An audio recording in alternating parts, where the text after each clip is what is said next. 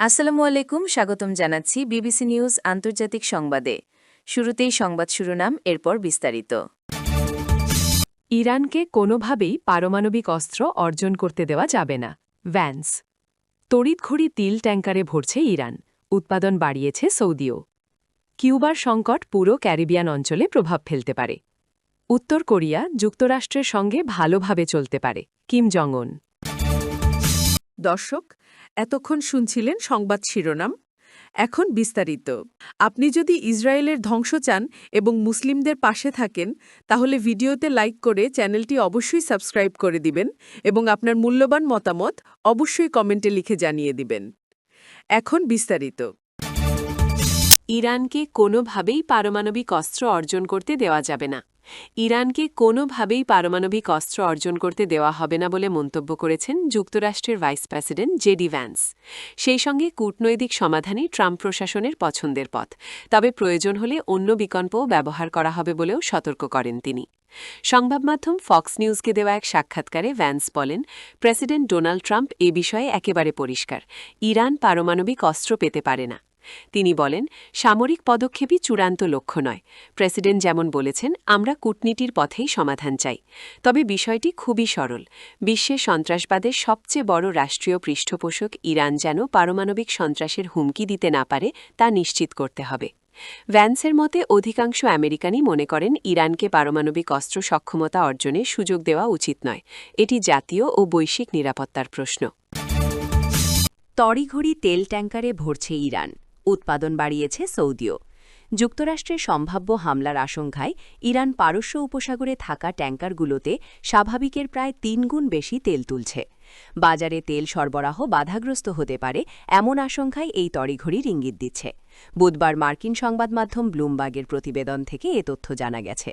প্রতিবেদনে বলা হয়েছে, বাজার বিশ্লেষণী সংস্থা কেপলারের তথ্য অনুযায়ী ১৫-২০ ফেব্রুয়ারির মধ্যে খার্গ দ্বীপ থেকে ইরানের তেল রপ্তানি প্রায় ২ কোটি ১ লাখ ব্যারেলে পৌঁছায়, অর্থাৎ প্রতিদিন গড়ে ৩০ লাখ ব্যারেলের বেশি।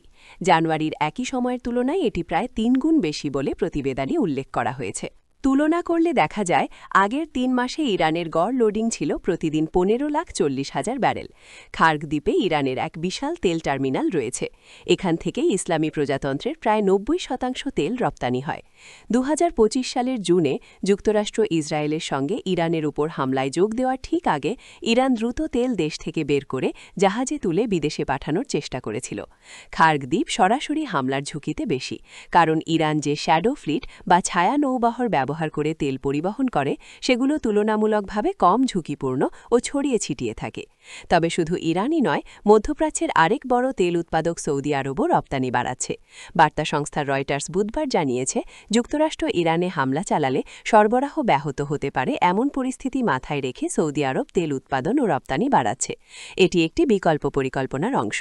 ২০২৫ সালের জুনে ইরানের পারমাণবিক স্থাপনায় যুক্তরাষ্ট্রের হামলার সময়ও সৌদি আরব একই সিদ্ধান্ত নিয়েছিল। সেই সময় তারা প্রতিদিন প্রায় ৫ লাখ ব্যারেল রপ্তানি বাড়িয়েছিল এবং অপরিশোধিত তেল বিদেশি স্টোরেজ ইউনিটে পাঠিয়েছিল বলে রয়টার্স জানায়। সমুদ্রে বেশি পরিমাণে অপরিশোধিত তেল যাচ্ছে এমন আরেকটি ইঙ্গিত হল বড় তেলবাহী জাহাজ ভাড়া করার খরচ বেড়ে যাওয়া। ভেরি লার্জ ক্রুড ক্যারিয়ার বা ভিএলসিসি ভাড়া এখন প্রতিদিন $১,৭০,০০০ বেশি। বছরের শুরু থেকে এ হার ৩ গুণেরও বেশি বেড়েছে। এলএসিজি নামের একটি আর্থিক বাজার তথ্য সংস্থার তথ্য উদ্ধৃত করে রয়টার্স কথা জানিয়েছে। জাহাজ ভাড়ার হার নির্ধারিত হয় চাহিদা ও যোগানের ভিত্তিতে। ভিএলসিসি জাহাজের সরবরাহ প্রায় নির্দিষ্ট, কারণ এগুলো বিশাল আকারের এবং তৈরি করতে বছর লেগে যায়। বুকিং বাড়লে দামও বেড়ে যায়। আন্তর্জাতিক মানদণ্ড হিসেবে ব্যবহৃত ব্রেন্ট ক্রুডের দাম গত ১ মাসে বেড়েছে। উত্তেজনা বাড়ার কারণে বুধবার এটি 0.37% বেড়ে প্রতি ব্যারেল $70.84 লেনদেন হচ্ছিল। যুক্তরাষ্ট্রের প্রেসিডেন্ট ডোনাল্ড ট্রাম্প জানুয়ারি থেকে ইরানে হামলার চিন্তা করছেন। ওই সময় ইরান সরকার বিক্ষোভকারীদের ওপর কঠোর দমনপীড়ন চালায়। বিক্ষোভ থেমে গেলেও ট্রাম্প হামলার হুমকি অব্যাহত রেখেছেন। ২০০৩ সালে ইরাক আগ্রাসনের পর মধ্যপ্রাচ্যে যুক্তরাষ্ট্রের সবচেয়ে বড় সামরিক উপস্থিতি এখন গড়ে তোলা হয়েছে। অঞ্চলে 2টি বিমানবাহী রণতরী রয়েছে, সঙ্গে আছে ডজনখানেক F-35, F-16 ও F-15 যুদ্ধবিমান। কিউবার সংকট পুরো ক্যারিবিয়ান অঞ্চলে প্রভাব ফেলতে পারে। যুক্তরাষ্ট্র কিউবার ওপর আরোপিত তেল নিষেধাজ্ঞা কিছুটা শিথিল করেছে।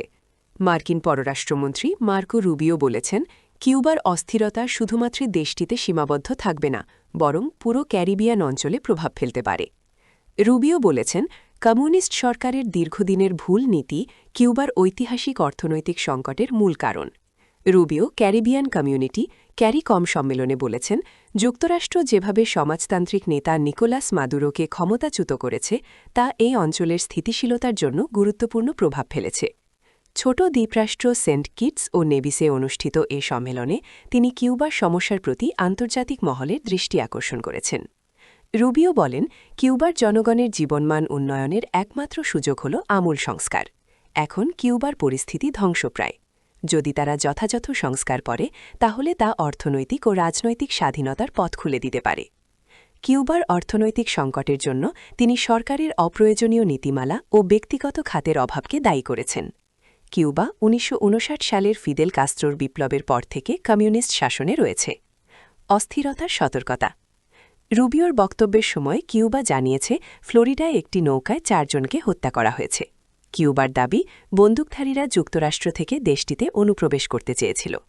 মার্কো রুবিও বলেছেন, যুক্তরাষ্ট্র এখনও এ ঘটনা যাচাই করছে এবং প্রয়োজনে প্রতিক্রিয়া দেবে। ক্যারিবিয়ান নেতারা সতর্ক করেছেন, কিউবার পরিস্থিতি আরও খারাপ হলে পুরো অঞ্চলে প্রভাব ফেলবে এবং অভিবাসন বৃদ্ধির কারণ হবে। জামাইকার প্রধানমন্ত্রী অ্যান্ড্রু হলনেস বলেছেন, মানবিক সংকট কারোর জন্যই সহায়ক নয়। কিউবার দীর্ঘমেয়াদী সংকট কিউবার মধ্যে সীমাবদ্ধ থাকবে না। উত্তর কোরিয়া যুক্তরাষ্ট্রের সঙ্গে ভালোভাবে চলতে পারে। কিম জং উন বলেছেন, তার দেশের পারমাণবিক অস্ত্র এবং তাদের কার্যক্ষমতার পরিধি বাড়ানোর ইচ্ছা রয়েছে। তিনি যুক্তরাষ্ট্রকে তার দেশের পারমাণবিক শক্তিকে সম্মান জানাতে আহ্বান জানিয়েছেন, যা একটি বিরল বার্তা হিসেবে বিবেচিত হচ্ছে। কিম আরও বলেন, যুক্তরাষ্ট্র এবং উত্তর কোরিয়া ভালোভাবে চলতে পারে, তবে এটি শুধুমাত্র তখনই সম্ভব যদি যুক্তরাষ্ট্র উত্তর কোরিয়ার পারমাণবিক অস্ত্রকে গ্রহণ করে এবং তাদের অস্তিত্ব মেনে নেয়। পিয়ংইয়ংয়ে অনুষ্ঠিত একটি 5 বারের পার্টি কংগ্রেসে এই মন্তব্য করেন কিম, যা ট্রাম্পের আগামী এপ্রিল মাসে চীনে সফরের আগে যুক্তরাষ্ট্রের সাথে আলোচনা শুরু করার আশাবাদের জন্ম দিয়েছে। তবে কিম দক্ষিণ কোরিয়ার সাথে কোনো কূটনৈতিক সম্পর্কের আশাবাদী হওয়ার পরিবর্তে তাদের সর্বাধিক শত্রু হিসেবে উল্লেখ করেছেন।